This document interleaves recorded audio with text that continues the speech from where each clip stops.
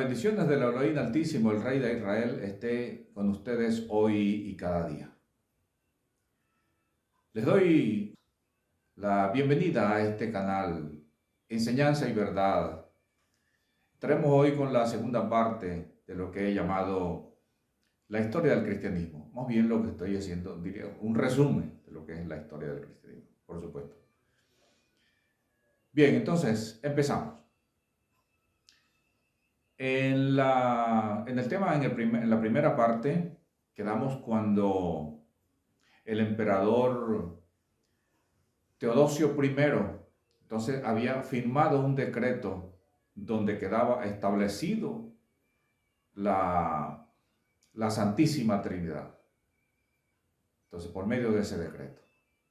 El decreto pues que había y lo que había estado siendo promulgado por Gregorio Niceniano, y que estaban apoyados por el Papa Dámaso I. Entonces, allí queda establecido entonces la Santísima Trinidad.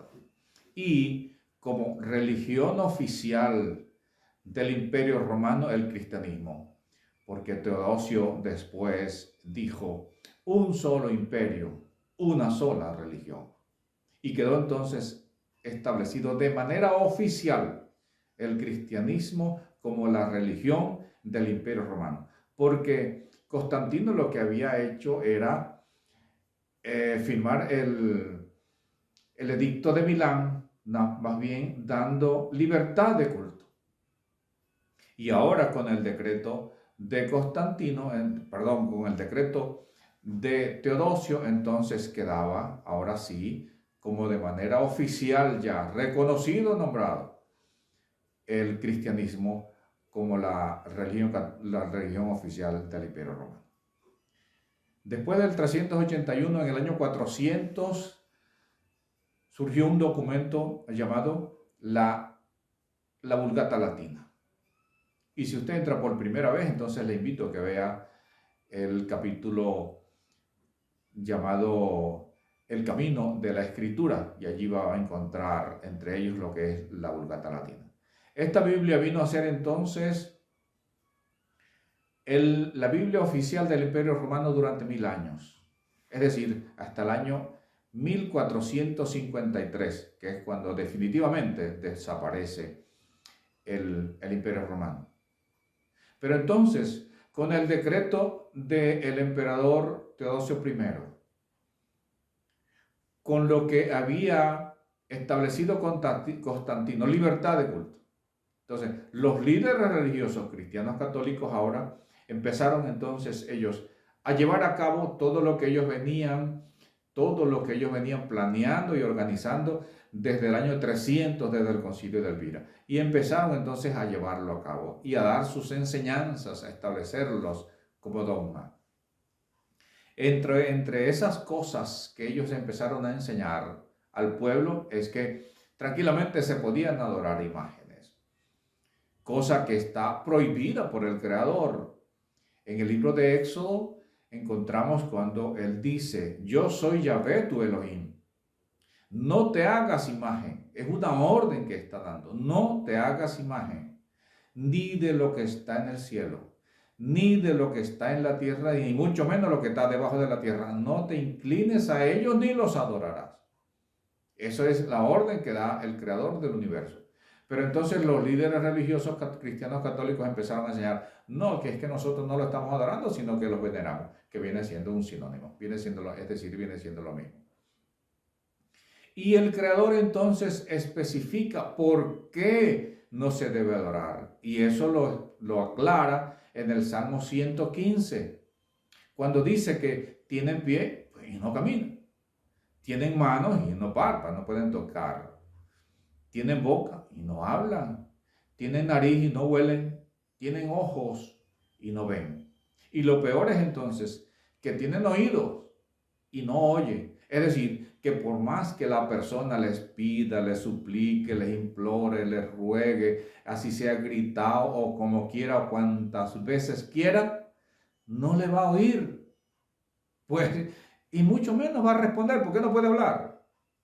Por eso es que el Creador dice que entonces no se deben adorar, porque está explicando por qué. Ahora él dice, él explica, se explica en la Biblia cuando dice, si tú quieres pedirle al Creador, entonces entra a tu habitación y cerrada la puerta, pide a tu Padre en secreto, que te oye en secreto, y Él te recompensará en público. Eso es lo que está escrito, está establecido como norma. Y después nuestro Santo Maestro nos enseña la forma como se debe empezar a orar. Primero, como dice, Padre nuestro que estás en el cielo, alabado, glorificado, magnificado, ensalzado, enaltecido, alabado sea tu nombre. Que venga tu reino y se haga tu voluntad en la tierra, así como se hace en el cielo. Y danos hoy nuestro pan. Y así por ahí empieza a decir, y perdona mis ofensas, como yo perdono a los que me ofenden. Es decir, que nosotros tenemos que decirle todas estas cosas al Padre, pero tenemos que decir con humildad. Pero los líderes religiosos empezaron a enseñar otra cosa, y aún hoy dentro de los líderes cristianos evangélicos enseñan otra cosa también con respecto de decir de lo del Padre Nuestro. Pero eso será tema en otra oportunidad. Entonces, cuando surge entonces la Biblia, la Vulgata Latina, que empezaron a enseñar todas esas creencias, que empezaron a enseñar tantas cosas, y habían algunos de mismos líderes de la Iglesia Católica pues que no aceptaban esas cosas. Pero como todavía estaba el imperio físico, que era el imperio romano, hasta que no terminó el imperio físico en el año 1453, y entonces se empezó a imponer el imperio espiritual, que es Roma. Empezó entonces ellos a imponer como doctrinas, como dogmas sus enseñanzas. Y hubo uno entonces que empezó a rebelarse, que se llamó Martín Lutero, y entre ellos, o él fue el primero de los que son conocidos hoy como los llamados los padres de la Reforma. Martín Lutero, que es una persona que es tomada como referencia dentro de las enseñanzas cristianas evangélicas, que nunca dejó de ser un fraile agostino católico. Lo único que era que no aceptaba las imposiciones que venían desde Roma. Roma, que es una ciudad, un país pequeño, de un país de 44 hectáreas apenas. Tiene su propia moneda, su propio banco, etc. Ese es un país. Entonces, él no aceptaba, Martín Lutero no aceptaba. Y después, entonces, clavando 95 tesis, que era para protestar lo que se imponía desde la ciudad de Roma, entonces la clavó en las puertas de la iglesia donde él se congregaba junto con sus feligreses. Empezó entonces a protestar lo que son conocidas las 95 tesis de Martín Lutero. Y desde allí empezaron a ser conocidos entonces los padres de la Reforma como los protestantes, que salieron de la Iglesia Católica y empezaron entonces a ser protestantes, empezaron a dividirse. Empezaron a dividirse, no a dividirse, sino más bien a formar grupos. Cada uno por su lado empezó a formar grupos. Entonces, dentro de esas personas que empezaron a formar grupos, está en Suiza, está lo que es el que fundó la Iglesia Reformada. Eso es Ultre Zwinglio. El año 1531 fundó la Iglesia Reformada de Suiza. Juan Calvino, pues en Francia, fundó lo que es el calvinismo por allá en el año 1564. John Knox empezó a formar el grupo llamado los Bautistas. El padre de la Reforma en Escocia, John Knox.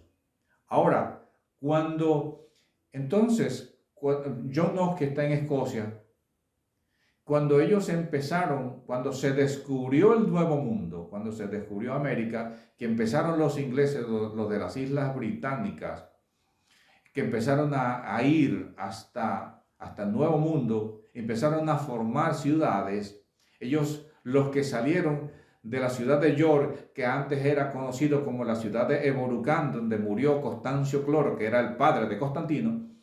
Entonces, eso fue en el año 306, cuando los que iban desde York, de la ciudad de York, hasta el Nuevo Mundo, y ellos formaron una ciudad, se establecieron allí. ¿Y cómo la llamaron? Pues la llamaron la Nueva York, lo que es hoy la Nueva York. Y en esa Nueva York, a finales del año o a principios del 1800 y final de 1800 empezaron a surgir las distintas denominaciones, las mayores denominaciones que son conocidas hoy en América. Entre ellos, el que primero que empezó fue un joven conocido como Joseph Smith, que se fue para un parque allá en la ciudad de Nueva York, y entonces él dijo que se iba para ese parque a pedirle a Dios porque él estaba agobiado porque veía que habían tantas religiones y eso le agobiaba. Llegó un momento entonces cuando viene a la súplica que él estaba haciendo, viene y le responde Dios mismo. Llegó un momento cuando vino y se le presentó y traía de la mano agarrado a su hijo. Y él le decía entonces que ahora tú eres el último profeta, tú eres el último de los profetas, el escogido es que vas a reunir a los santos de los últimos días, que son conocidos ahora como los mormones. Y yo te presento, quien le estaba hablando era Dios, entonces Dios que le dice, y yo te presento a mi hijo, que lo traía agarrado de la mano, y se lo presento, y tú vas a oír y lo vas a hacer caso lo que él te diga. En eso, pues después de tantas apariciones que se le aparecía el apóstol Pedro, que se le aparecían los ángeles, se le aparecía Gabriel, prácticamente se le aparecía todo el mundo que estaba viviendo del cielo, se le estaba apareciendo a Joseph Smith.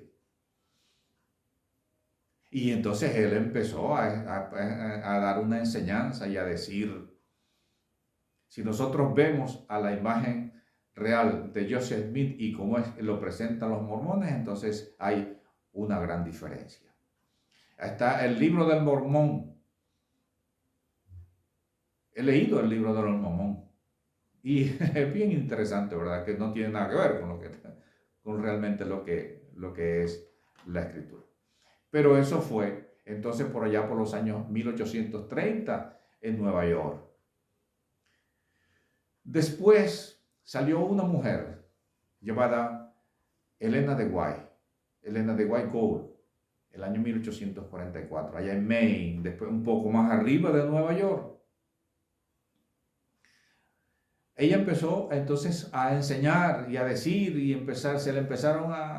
empezó a leer, a interpretar y se dicen tantas cosas de la vida de esta mujer, de Helena de White, que ella se dedicó mayormente a escribir entonces, surgiendo todos de los bautistas.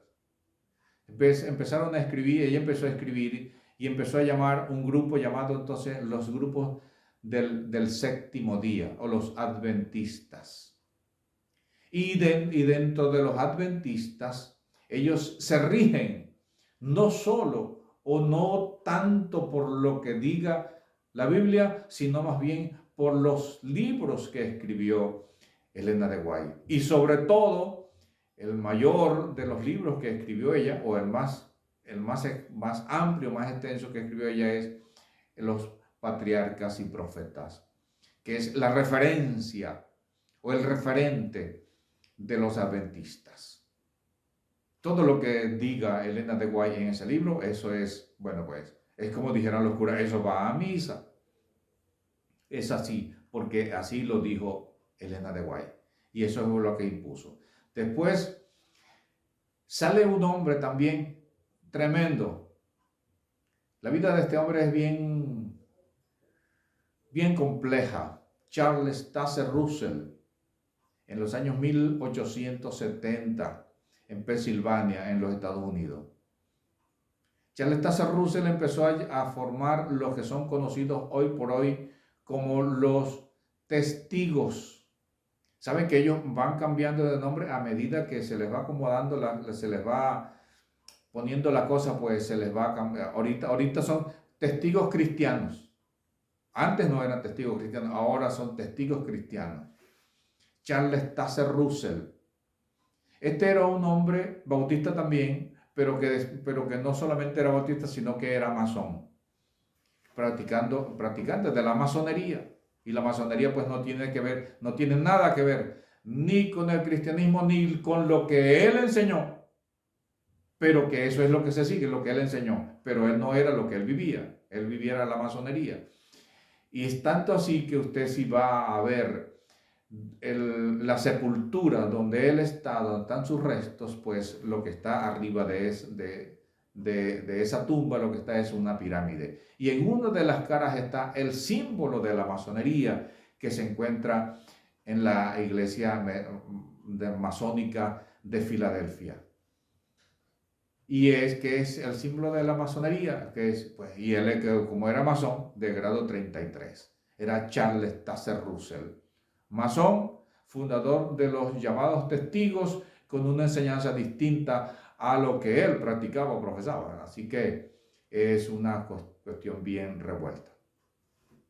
Después salió un hombre llamado Charles Fox Parham, que le estableció una iglesia, le estableció después una escuela, un instituto, es decir, se empezó a trabajar mucho en este sentido a principios de los 1800, final de 1800 y 1900, cuando se empieza a trabajar arduamente para tratar de imponer sus creencias, de imponerse. Cada una de las denominaciones estaba intentando pues imponerse. Y estaba Charles Fox Parham, y en su congregación él enseñaba, y él decía que lo que está descrito en el capítulo 2 del libro de los Hechos, en este tiempo también se iba a poner en práctica, o que se iba a llevar a cabo, que se iba a, como dijéramos, que se iba a ejecutar, vamos a decirlo así. Porque en aquel tiempo hablaron en otros idiomas que les dio el Espíritu, que hablaban otro idioma sin necesidad de estudiarlo. Y eso era lo que enseñaba Forpajan, que era lo mismo que iba a suceder en estos tiempos, que el Espíritu le iba a dar a las personas que hablaran otro idioma, pero sin la necesidad de estudiarlo. Y fue tanto que alguien le creyó y se fue a la India y no aprendió hindú, y en el sentido coloquial dijéramos que se vino con las tablas en la cabeza. Pero entonces, en la ventana de esa congregación se ponía a oír un joven llamado William Joseph Seymour, que era hijo de un ex esclavo afroamericano. Y como era pues de color negro, entonces no podía entrar a la congregación de Parham. De manera que él la oía desde la ventana y empezó y aprendió todo lo que decía Parham con respecto de lo que hablar en lengua, en otro idioma, hablar otro idioma sin necesidad de estudiarlo. Llega un momento cuando invitan a William Seymour, llegó una mujer para que fuera a pastorearlo, y lo contrataron y se fue para allá. Entonces, en esa congregación, Seymour empezó a enseñar de que Parham no estaba equivocado, porque el Espíritu les iba a dar, ahora no era que hablaran otro idioma de otro país, sino era que les iba a dar que hablaran en lenguas angelicales. Con la imposición de las manos, entonces, iban a ser llenos del Espíritu Santo, iban a recibir el bautizo del Espíritu Santo, y iban entonces a hablar en lenguas angelicales. Y fue tanto que entonces la enseñanza que él empezó a dar, que los que lo habían invitado, pues no creían eso. De manera que le combinaron a que se marchara. Y los que no creían entonces en lo que enseñaba Seymour se quedaron allí. Y los que empezaron a creer lo que él decía, se fueron con él. Aquí empezó empezaron las divisiones. De manera que empezaron a reunirse en casa de una persona por allá. Y llegó un día cuando una persona llamada Edward Lee se empezó a decir y le dijo a William Seymour: pastor, póngame las manos porque yo quiero recibir la llenura del Espíritu Santo y voy a hablar en lengua. Porque los apóstoles, yo tuve un sueño donde los apóstoles me enseñaron a hablar en lengua. ¿Y cuál era lo que le había enseñado? Una cuestión toda jeringosa que a la final no dice nada, que era lo que él decía, Irra la mazoca manda inda la vaquenda, que prácticamente no está diciendo nada. Es como si yo dijera, quinta casa rancho saca punta lápiz, que no está diciendo nada, en ningún idioma de ninguna parte. Porque yo he leído y he visto a más de una oportunidad en la Biblia donde habla un ángel. Y por ejemplo, pudiéramos pensar en el momento cuando llegó el ángel Gabriel a hablar con aquella joven Miriam. ¿Qué le dijo? ¿Bendita tú entre las mujeres? ¿O le dijo, y quinta casa rancho saca punta lápiz? No, señores, le habló en hebreo. A una mujer judía le habló en hebreo para que le entendiera y ella empezó a tener un intercambio con un ángel que hablaba en lenguas angelicales. No venía a hablar de otra manera. Y cuando leo que se reúnen en el cielo los ángeles y empiezan a hablar y tantas cosas, no veo ninguna parte donde digan Irra la mazocamanda inda la bahía kenda. De manera que todas esas cosas jeringosas empezaron a surgir después con lo que empezó a decir un hombre llamado Edward Lee, que fue el primero que empezó a hablar y que en lenguas angelicales, antes de que se reunieran en la calle Susa, donde surgió entonces el gran movimiento, avivamiento pentecostal de la calle Azusa, que es lo que está hoy más que todo regado en toda América, en toda Latinoamérica. El movimiento pentecostal. Surgido entonces desde aquella casa donde se reunía. Antes, repito, antes de estar en el número 34 de la calle Azusa, en la esquina de la calle Azusa. Y surgió entonces Edward Lee a hablar todas esas cosas jeringosas que no se dicen absolutamente nada. Señores, esta es la segunda parte de lo que es la historia del cristianismo. Pero está bien interesante y aún se va a poner mejor. Pero hasta la otra oportunidad lo vamos a dejar. Que el Eterno le bendiga y le cuide. No se olvide de suscribirse, de compartir y de opinar, de escribir los comentarios.